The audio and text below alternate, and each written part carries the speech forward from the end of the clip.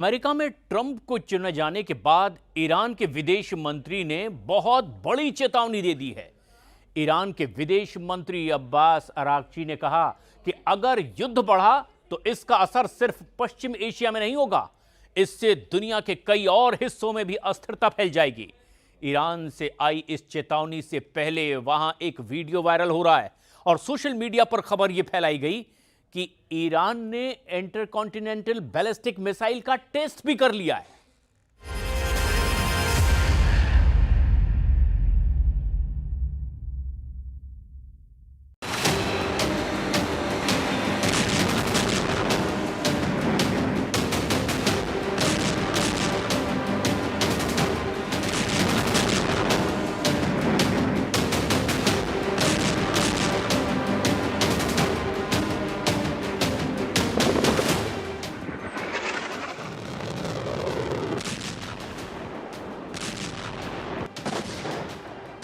9/11 की रात को ईरान में दो चीजें ट्रेंड हुई और जो ट्रेंड हुआ उसे देखकर नेतन्याहू से ज्यादा अमेरिका के अगले राष्ट्रपति डोनाल्ड ट्रंप के होश उड़ गए।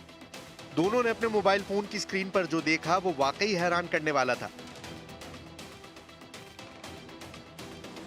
इंटरनेट पर ईरान में दो चीज सर्च की जा रही थी। पहले नंबर पर है ICBM यानी इंटरकॉन्टिनेंटल बैलिस्टिक मिसाइल और तीसरे नंबर पर फारसी में लिखा है व्लादिमीर पुतिन यानी रूस के राष्ट्रपति।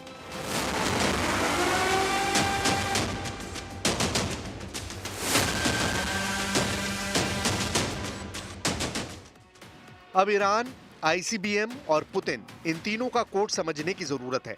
एक तरफ खामनेई इजराइल से बदला लेने की कसम खा चुके हैं, दूसरी तरफ व्लादिमीर पुतिन है जो ईरान के सबसे बड़े दोस्त हैं और बीच में लॉन्च हो रही है ईरान की मिसाइल। ईरान में क्या होने जा रहा है, क्योंकि वर्ल्ड वॉर वाले खतरे को लेकर एक वीडियो ट्रेंड कर रहा है। ये वीडियो देखिए। 9/11 यानी 8 और 9 नवंबर की रात को ईरान में ये तस्वीरें अचानक वायरल होने लगी। बताया गया कि उत्तरी ईरान के शाहरूद शहर में एक बड़े रॉकेट को लॉन्च होते हुए देखा गया है।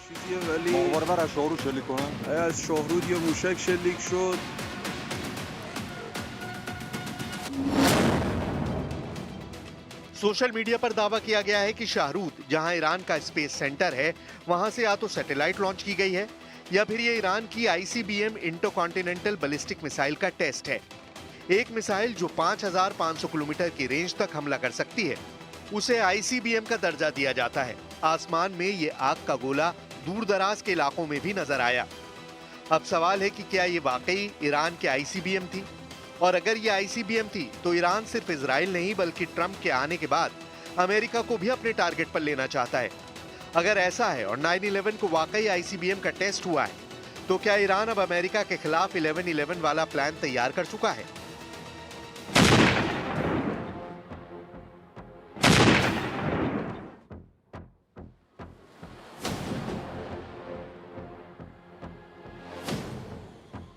छब्बीस अक्टूबर को ईरान पर इजराइल ने हमला किया था। उसके बाद से ईरान आग बबूला है और उसने इजराइल पर बहुत ही खतरनाक पलटवार की कसम खाई हुई है।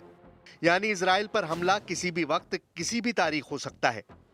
26 अक्टूबर के बाद और आज के हालात में बस इतना बदल गया है कि पहले ईरान के सामने नेतन्याहू के सबसे बड़े दोस्त बाइडेन खतरा नंबर 2 बने हुए थे। अब ईरान के सामने नेतन्याहू के नए दोस्त डोनाल्ड ट्रंप खतरा नंबर 1 बनते हुए नजर आ रहे हैं। ये बात ट्रंप बहुत अच्छी तरह जानते हैं कि वक्त गुजरने के साथ ईरान का बदले वाला मिजाज और खतरनाक होता जा रहा है। ईरान कह चुका है कि अमेरिका में राष्ट्रपति कोई भी बने, इससे उस पर कोई फर्क नहीं पड़ने वाला।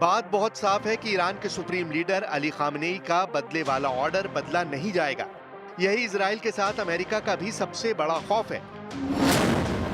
1 अक्टूबर 2024 को ईरान ने इजराइल पर 200 मिसाइल फायर की। 26 अक्टूबर 2024 को इजराइल ने ईरान पर जवाबी अटैक किया। अब सवाल है कि ईरान का काउंटर अटैक क्या 11/11 को आएगा, यानी 11 नवंबर को क्या ईरान इजराइल पर हमला कर सकता है?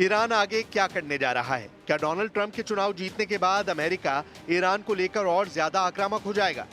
ईरान बार बार कह रहा है कि उसका तीसरा हमला यानी ऑपरेशन ट्रू प्रॉमिस 3 बहुत घातक होने जा रहा है और इजराइल पछताएगा कि उसने ईरान पर 26 अक्टूबर वाला हमला क्यों किया।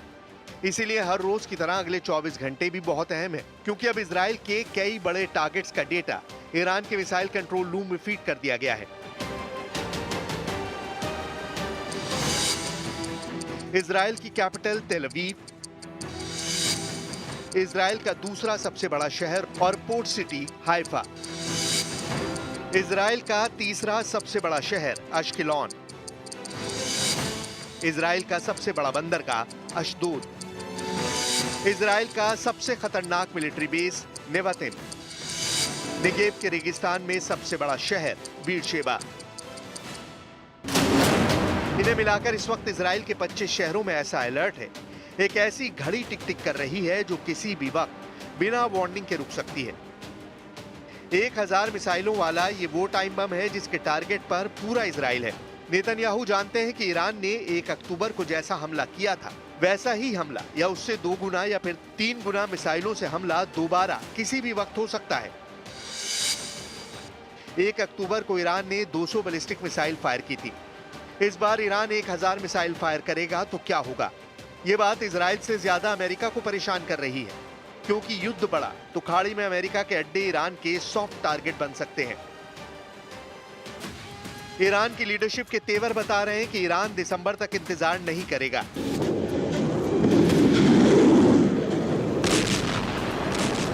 लेकिन दूसरी तरफ यह भी साफ है कि इजराइल बहुत ज्यादा अलर्ट है और वो ईरान को अब मौका भी नहीं देगा।